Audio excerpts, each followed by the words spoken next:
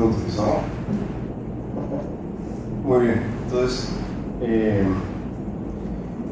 bueno, yo quisiera agradecer a la Escuela de Filosofía de la Universidad que me está hospedando, que también es en gran medida mi alma mater. Entonces, soy en esta época en que todo está diverso al extremo. Tengo dos mamás, ¿verdad? Aparte de la biológica, tengo mi alma mater, la católica, y también aquí. Y agradezco a mi segunda alma mater que me acoja tan cortésmente. Y luego respondo a una iniciativa, entiendo, de origen estudiantil para presentar autores contemporáneos en relación con el tema de la modernidad. Un tema que, digamos, a mí particularmente me afecta desde que era joven, porque siempre he encontrado, digamos, una cierta tensión, una cierta relación conflictiva entre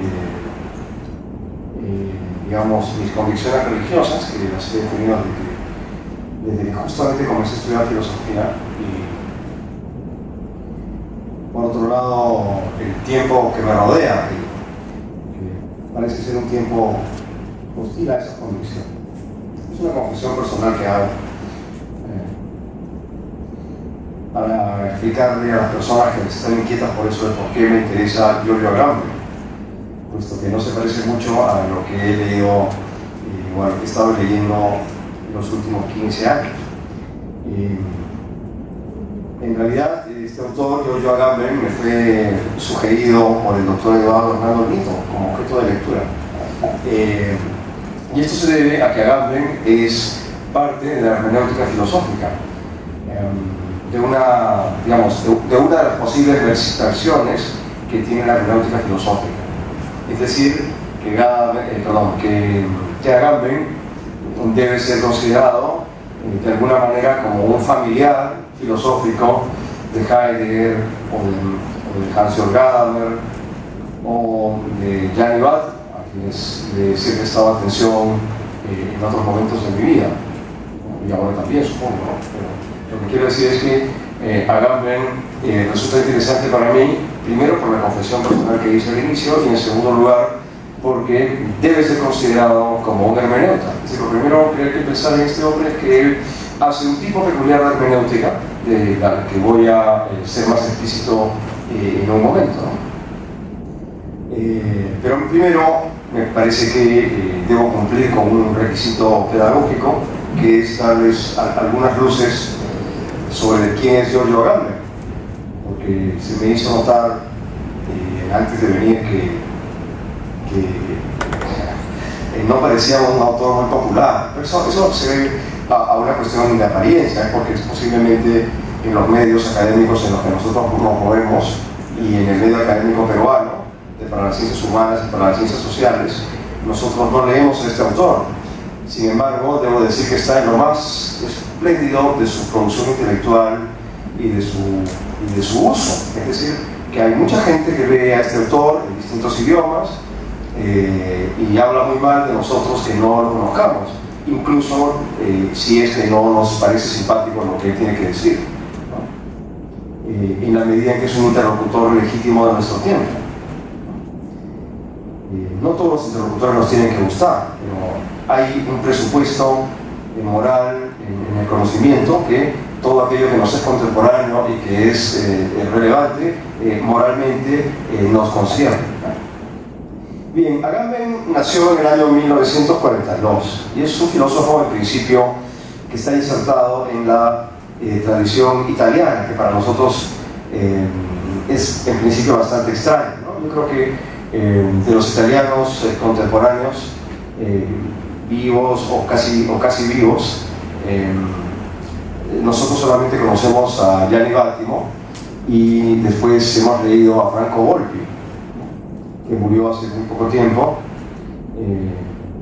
y que pertenece, digamos, a los autores contemporáneos, independientemente de si están vivos o muertos, de la filosofía italiana.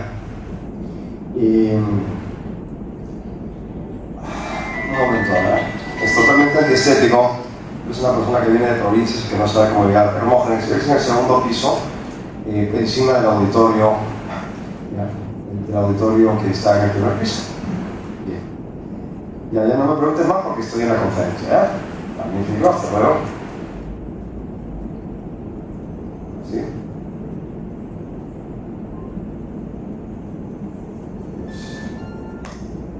Bueno, es profesor Agamben de la Universidad de Venecia, donde enseña cursos de iconografía, ¿no? Es decir que, como suele suceder con los hermeneutas, está interesado en el pensamiento de lo estético, ¿no? Que eso es una constante en todos los filósofos de esta corriente. Eso pasaba con Heidegger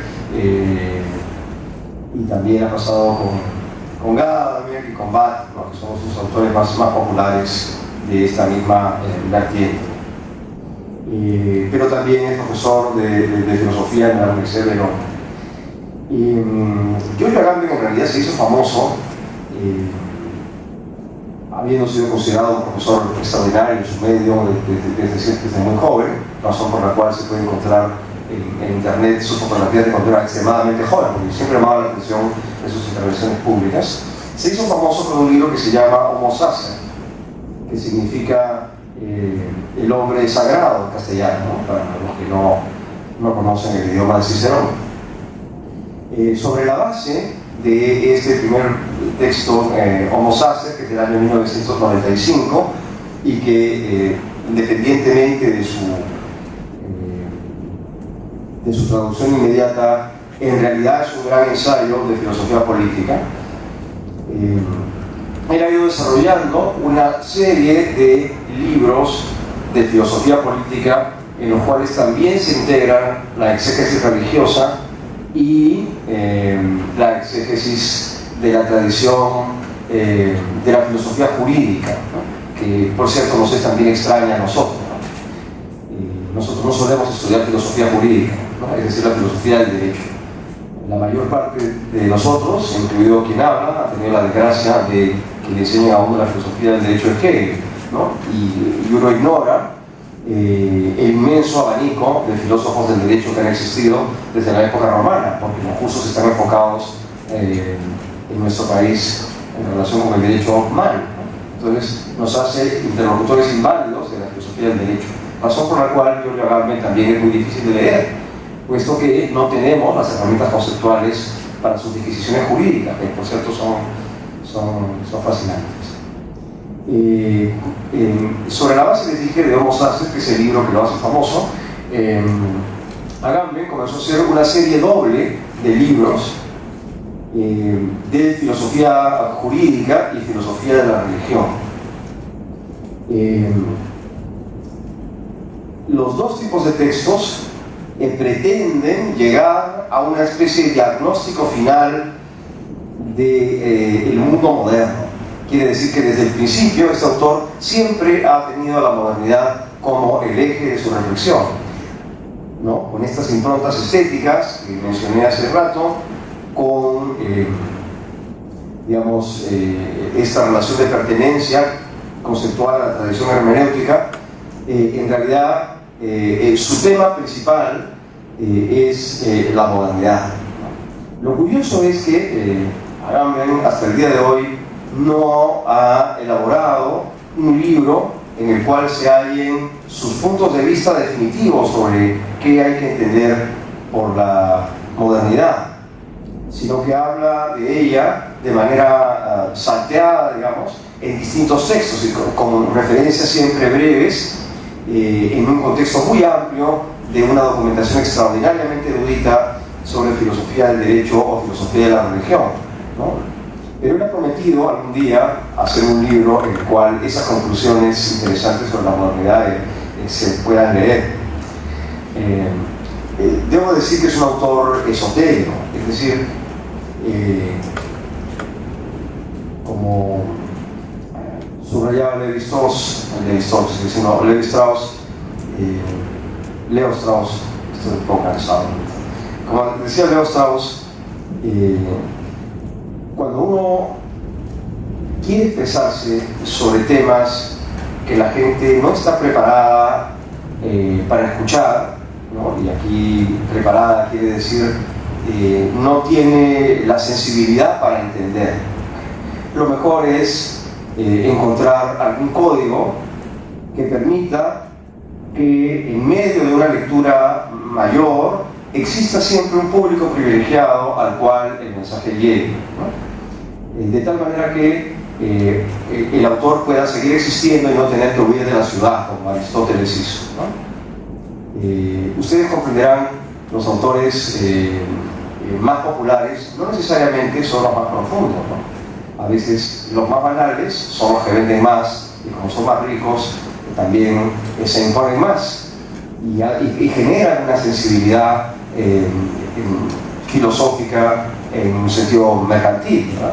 Así que la gente está dispuesta y está deseosa de escuchar lo que estos filósofos dicen, incluso cuando lo que dicen quizá también lo podría decir de una manera análoga un periodista o un crítico literario, ¿no? Y de Leo Strauss tomo la idea de que a veces los filósofos decimos cosas que la gente no desea escuchar, pero que uno, como producto de su trabajo, piensa que son verdaderas, ¿no? Verdaderas humanamente, ¿no? No verdaderas en el sentido científico, pero sí verdaderas en el sentido de que afectan la comprensión humana y la interacción humana en un largo plazo con sentido. Y sabemos que el precio de eso es que nos van a perseguir, ¿no? Entonces el texto es algo así como escribir en tiempos de persecución, que se llama el texto de Leo Strauss, ¿no? Ahorita no me acuerdo, ¿no? Porque no estaba pensando en hablar de eso cuando digo. Pero esta explicación es la que permite entender por qué Agamben es un autor esotérico, es el que nunca termina de decir con completa claridad cómo llegó a las pequeñas chispas de conclusiones a las que a uno le permite acceder, ¿ya? Pero justamente eso hace a autores de este tipo más interesantes como objeto de trabajo, porque significa que este autor esotérico requiere de una inmensa dosis de lo que el propio Agamben llamaba subjetivación, es decir, que uno se sienta involucrado con la lectura al extremo de que por momentos se vea arriesgado o se vea en el riesgo de colocar en el autor cosas que quizá el autor no pensó, pero que en el espectro esotérico tienen valor, ¿no? El espectro esotérico hace generoso el pensamiento, ¿no? Porque permite que el discurso sobre el pensamiento sea más amplio, llegue más lejos, incluso si es que llega lejos erráticamente, porque en esta clase de discursos la verdad y el error van, digamos, por la misma oscuridad, ¿no? Bien. Hay que saber de Agamben que fue alumno de Heidegger. Hay un libro de Richard Walding que se llama algo así como Los discípulos de Heidegger, que explica de una manera muy interesante cómo diversos autores que son políticamente comprometidos de manera extraordinariamente diversa han podido sacar de Heidegger lo que ellos han querido, ¿no?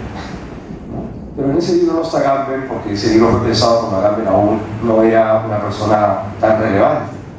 Si algún día se recibiera, Agamben estaría ahí. Y Agamben es, a diferencia de algunos, verdaderamente alumno de Heidegger, porque estudió 2 años, ¿no? Y esta impronta heideggeriana es fundamental para poder captar lo que Agamben quiere decir. Quizá deba decirles que, como ya han notado sus autores, como Volpi, por ejemplo, Heidegger debe ser entendido como un intérprete práctico, frenético de Aristóteles, ¿no? Ustedes saben que Aristóteles llamaba a la virtud de la inteligencia para actuar frónesis, ¿no? Lo subrayó en su tiempo Richard Rorty en los años 80, ¿no? Digamos, una manera de entender a Heidegger es a través de Aristóteles interesado en la inteligencia práctica, es decir, la inteligencia relativa a lograr. y por lo tanto mucho de lo que en Heidegger se puede considerar ontológico o relativo al ser, en realidad se podría traducir en relación con las prácticas y las instituciones humanas, ¿no? Cuando descubrí que esta era también la vía que utilizaba Agamben para traducir aristotélicamente a Heidegger, me resultó especialmente agradable, ¿no? Porque a mí me gusta la filosofía de Heidegger en la medida en que es capaz de dialogar con la realidad social, y no solamente en la medida en que me hace preguntas abstrusas que generalmente no se pueden contestar. Pero curiosamente, Agamben, en este contexto de subrayar la carga frenética, aristotélico-práctica del pensamiento de Heidegger, hace una maniobra extraña, sorprendente y maravillosa a la vez, de reivindicar el concepto de lo misterioso, ¿no?, y lo oculto como una clave para la interpretación histórico-política, ¿ya? Es decir, que esta especie de ontología de la praxis que sustrae de Heidegger le va a servir para interpretar en la modernidad tanto fenómeno histórico-político, ¿no?, como una especie de exhibición y de realización y por lo tanto de reto para el intérprete de un misterio o de algo misterioso. Bueno, y después voy a abundar un poco más en eso. Cuando era más joven, no yo, sino Agamben, se lo asociaba mucho con la escuela teológica, ¿no? La escuela teológica es un tipo de pensamiento histórico-político del siglo XIX que está asociado con el pensamiento que el propio Agamben designa como reaccionario y que se caracteriza por, digamos, cuestionar, criticar la Revolución Francesa, pero no en términos solamente conceptuales, sino como una forma de interpretación de la existencia humana en la historia, ¿ya? Sin embargo, juntar demasiado el nombre de Agamben con el de los teólogos políticos, en primer lugar es una mala propaganda para Agamben, porque entonces va a parecer que él también es un reaccionario del siglo XIX, lo cual dista mucho de ser cierto, y en segundo lugar sería profundamente inexacto, porque Agamben es un autor que, como buen filósofo, como todo filósofo correcto moralmente, en mi opinión, ha aceptado y ha incorporado una variedad extraordinaria de fuentes para su propio pensamiento, ¿ya? Entonces, aunque si uno debe ser honesto, debe aceptar que él forma parte de la tradición de la escuela teológica, que es lo que ya les he descrito, sin embargo, hay que recordar también que está vinculado con otras fuentes. La primera de las que siguen, ya la mencioné, es Heidegger, pero en la medida en que Agamben es un pensador político, ¿no?, le interesa a Heidegger políticamente, y en ese sentido se inserta en la tradición de lo que en la historia del pensamiento político se llama la tradición, la revolución conservadora, ¿no?, que es una clase de pensamiento que frente a la modernidad tecnológica y al predominio del mundo de los aparatos y de los dispositivos técnicos, que se cree son deshumanizadores y empobrecedores de la visión humana, se trata de rescatar, para decirlo de una manera muy general, el pensamiento de lo original, diría Heidegger, ¿no? Pero me gusta más decir el pensamiento de lo ancestral o de lo arcaico, porque eso es más aceptado entre nosotros, ¿no? Porque legitima, por ejemplo, el sentido del pensamiento de lo andino, porque finalmente el pensamiento andino es un pensamiento arcaico, ancestral, ¿no? Pero ese pensamiento arcaico o ancestral no tiene que ser tomado como una cosa pasada, sino como un elemento de crítica para lo que no funciona en el presente, ¿no?, que es lo que hace Heidegger y que es lo que haría, o lo que trata de hacer Agamben. Entonces ya tenemos dos ejes, ¿no? Por un lado, le debe o tiene algún vínculo con la escuela teológica, y en segundo lugar por otro lado, está relacionado a través de Heidegger con la revolución conservadora. Esto último también nos obliga a decir que Agamben es un gran lector de Carl Schmitt. Carl Schmitt es un filósofo jurídico de quien Agamben dice: sería estúpido no pretender estudiar la filosofía del derecho y hacer de cuenta que Schmitt no existe. Ahora, ¿por qué dice eso? Porque Schmitt, como filósofo jurídico, fue uno de los digamos, apologetas intelectuales del régimen nacionalsocialista.